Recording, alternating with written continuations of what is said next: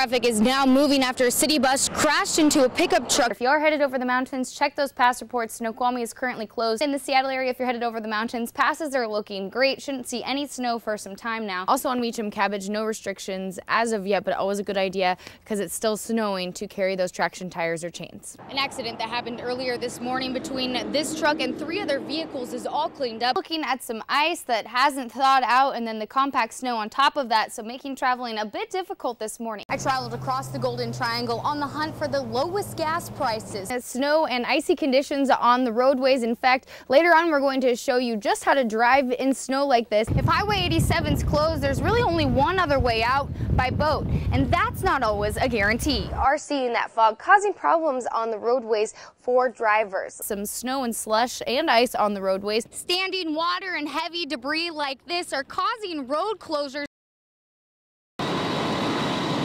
You see, wrecks happen right here all the time. It's not the first time.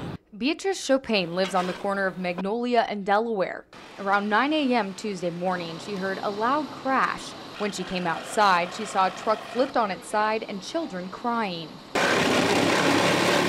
The woman driving this white car was headed down Delaware. She missed the stop sign turning north onto Magnolia. That's when she slammed into the passenger side of this truck headed south on Magnolia. And sometimes you don't think they're going to stop. They'll come right out there on you, so I brakes my speed when I be coming up, you know, like Magnolia and places. These side streets is really dangerous. 2 adults and 3 kids were in the truck. None of them were wearing seatbelts. Beaumont Police Sergeant Tom Meadows was first on the scene. It took him less than 2 minutes to arrive. We don't know by the time we got here or any of the witnesses got here, they were already starting to get out of the cars.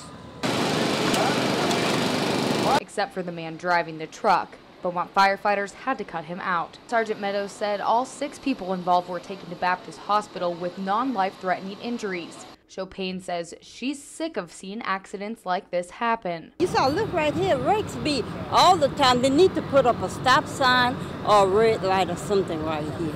According to Beaumont Police traffic records, 21 accidents have been reported at this intersection in the last 4 years. And after watching another family get hauled off on stretchers, Chopin says she hopes something will be done.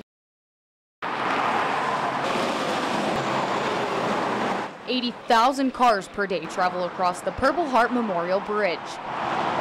As you can see today, traffic is moving smoothly. Enjoy it while you got it. Mark Shepard with the Texas Department of Transportation says just be prepared for a big change. 2 lanes open in each direction, so it'll be a 4-lane. Now, most people are used to a 6-lane. When we finish this new bridge, we'll have the same thing, but in the meantime, it's going to be delays.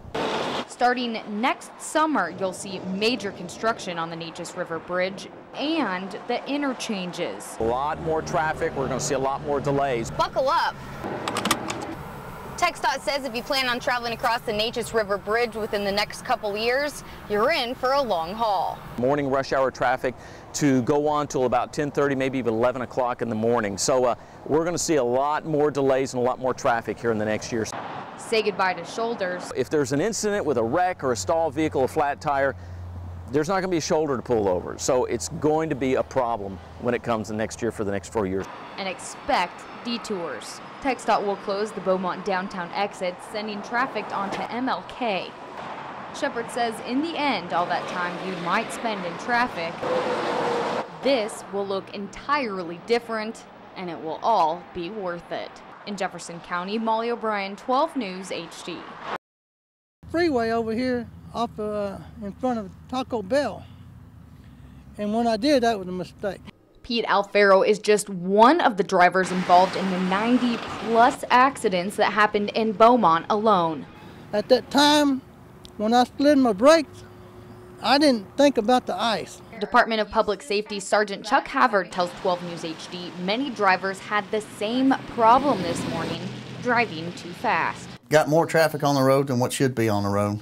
People driving too fast, that's the main contributing factor in these wrecks out here, speed. Alfaro thought he was taking it slow on the East Tex Freeway over Dowlin, but at 60 miles per hour, it was too late for him to slow down when he saw an accident in front of him. I had to skid at least 50 to 60 yards before I hit that guy. And I ducked down because it was one of them scary rides. Alfaro said his truck is totaled. He's an expert after all. He works at an auto body repair shop. Sergeant Havard says in the next few days, people should stay off the roadways to avoid losing control like Alfaro. The main thing is stay home. Unless it's an emergency, stay home. The probability of you getting into a collision is very, very high. And the best thing to do would be stay at the house. Alfaro told his wife to stay at home this morning. And after his 8-car pileup today, he'll be taking his own advice. In Beaumont, Molly O'Brien, 12 News HD. State law, you're supposed to give them respect. By city law, you're supposed to give them 3 feet when passing. Avid bike rider Eric Bender says cars need to remember to share the road. People, when they're in their cars driving down the road, don't realize I am a human being on a bicycle, and don't run over me. To keep cyclists safe, Beaumont City Council passed an ordinance in January stating motorists must allow 3 feet between their car and a bicycle. Our ordinance requires you to change lanes if it's possible. Honking is also prohibited by the ordinance. Cars must follow the 3-foot ordinance, but Underfirth and Bender say cyclists need to do their part to stay safe on the roads. When it comes to riding your bike, you want to be as visible as possible. That includes wearing bright colored clothing, having reflectors, even having a light on the front of your bike. You also want to have a helmet on and make sure the straps are as tight as possible. Make sure that you're not sneaking up on anyone and that they can see you from behind. And you also don't want to make any sudden moves. Now on a bike, that can be hard to do, but those are the 2 things you want to do. Be visible and be predictable. Underfirth says she feels safe riding her bike in Beaumont. I feel like it's safer now with a 3-foot safe passing ordinance, but I think that probably a lot of people aren't aware of it. Bender and Underfirth agree, whether you're in a car or on a bike, everyone has a right to the road. To stay safe, be courteous and cautious. In Beaumont, Molly O'Brien, 12 News HD. A big part of it that's also hands-on. We'll actually get into the suits. Go ahead and put your mask back and go into scenes.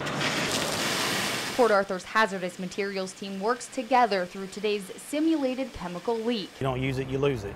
So we train as hard as we can all the time. 35 team members go through 144 hours of training and continuously perform drills, making sure the public stays safe. It's not just physical, it's a lot of mental training too. There's a lot of chemicals out there we have to deal with. And problems do come up, like the isobutane spill on I-10 in August and the recent Chemtex explosion. It's not just the refineries, it's all of the transportation. We've got miles of pipeline, we have tank trucks, we have rail cars, all these things come in and out of our city. So we have to be prepared for just about anything. As soon as you get air on, then it'll get better. During the drill, I suited up, finding out what it takes to be a hazmat team member. What we're going to do is put Molly into a level A suit, which is fully encapsulated. No vapors, no chemicals, no leaks, liquid spills, anything like that's going to get on her. I also found out what you need to do in case of a hazmat emergency. First of all, don't call 911. Just call the non-emergency phone number. That's going to be the easiest way to get information. They'll tell you, whether, leave, evacuate. They're going to tell you to shelter in place. They'll give you directions. As Captain Irvine helped me through the simulation, he says the Port Arthur Police, Fire, and Rescue are there to help you if a real emergency occurs. In Port Arthur, Molly O'Brien, 12 News HD.